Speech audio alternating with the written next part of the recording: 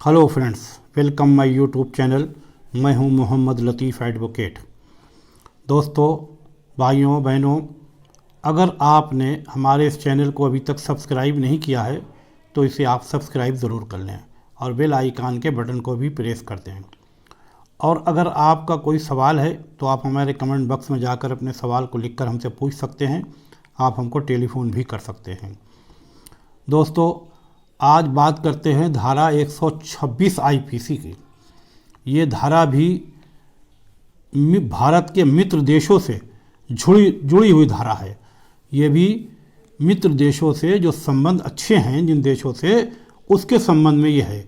ये कहती है किसी मित्र देश के क्षेत्र में लूटपाट करने के अपराध में क्या सज़ा होगी। यानी इस धारा के तहत ये बताया गया है, भारत सरकार से मैत्री रखने वाले कोई भी देश, चाहे वो कोई देश हो, किसी भी मित्र देश के क्षेत्र में अगर कोई व्यक्ति लूटपाट करता है, इसका अपराध करता है, लूटपाट करने का अपराध करता है, या किसी भी तरह से नुकसान पहुंचाने का अपराध करता है, किसी भी मित्र देश की प्रॉपर्टी को बर्बाद करने की कोशिश करता है, या उस पर लूटपाट करने की कोशिश करता है, या उसे कब्ज़ा करने की कोशिश करता है, तो धारा 126 आईपीसी उस पर लगेगी। साथ ही अपराध के हिसाब से और सेक्शन भी ऐड हो जाएंगे। अब आपको बता दें कि मित्र देश बहुत से हैं, अमेरिका, इंग्लैंड, ऑस्ट्रेलिया, तमाम मित्र देश हैं। अगर वहाँ पर कोई लूटपाट करता है, कोई भी व्यक्ति वहाँ पर कोई लूटपाट करता है, तो उनके देश के हिसाब से, उनके देश में जो कानून है उस हिसाब से उस पर अपराध चलाया जाएगा, मुकदमा चलाया जाएगा, और उसी हिसाब से उसको, उनके कानून के हिसाब से उसको सज़ा दी जाएगी।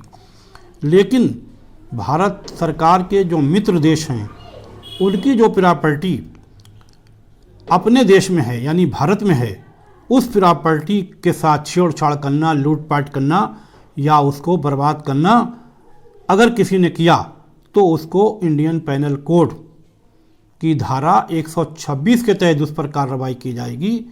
अब मित्र देशों के, अब भारत देश में क्या प्रॉपर्टी होती है, क्या चीज़ें होती हैं, उनके दूतावास हैं, उनके हर देश का दूतावास, जितने भी मित्र देश हैं जिससे भारत से मैत्री है, उनके दूतावास हैं, और उनमें दूतावास की कर्मचारी भी हैं, प्रॉपर्टी भी होती है, तमाम स्टाफ होता है, सामान भी होता है, और तमाम प्रॉपर्टी मित्र देशों की भारत देश में रहती है।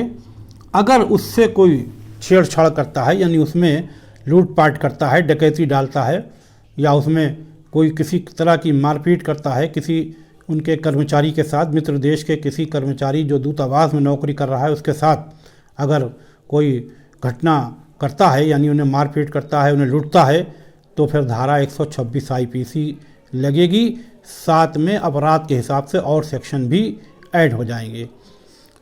और इसमें सज़ा पर बात करते हैं तो इसमें 7 साल तक की सज़ा है, और ये संज्ञेय अपराध है। ये संज्ञेय अपराध वो होता है जिसमें एफआईआर दर्ज होने के बाद जैसे ही केस रजिस्टर हुआ, पुलिस को ये अधिकार होता है, पुलिस को ये पावर होता है कि वो उस व्यक्ति को जिसके खिलाफ़ केस रजिस्टर हुआ है, कहीं से भी किसी वक्त भी उसे बिना किसी अदालत की इजाज़त के गिरफ़्तार कर सकती है। और संज्ञेय अपराध होने के साथ साथ आपको बता दें, ये नॉन बेलेबल ऑफेंस है। यानी अगर पुलिस ने ऐसे व्यक्ति को जिस पे धारा 126 लगी है तो उसको गिरफ़्तार करके अदालत में पेश किया तो उसको सीधे जेल भेज दिया जाएगा, क्योंकि ये नॉन बेलेबल ऑफेंस है। यानी नॉन बेलेबल ऑफेंस यानी गैर ज़मानती अपराध। ये गैर ज़मानती अपराध होने के नाते उसको फ़ौरन जेल भेजा जाएगा। ये नॉन कंपाउंडेबल ऑफेंस है। अगर पार्टियां आपस में चाहें कि समझौता कर लें तो इसमें समझौता भी नहीं हो सकता। ये समझौता योग्य अपराध नहीं होता है।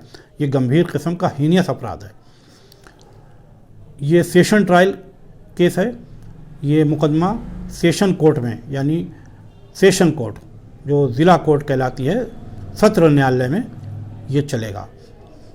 आशा है ये वीडियो आपको लाभ देगी, आपको पसंद आएगी।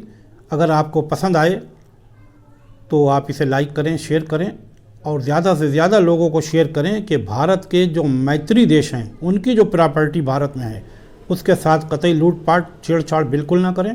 अगर ऐसा किया तो फिर समझ लें कि छोड़ा नहीं जाएगा, उनको जेल में डाल दिया जाएगा और वो 7 साल के लिए जेल में पड़े रहेंगे। अगली वीडियो में अगली सेक्शन के साथ आपसे फिर भेंट होगी। जब तक के लिए bye bye, have a nice day.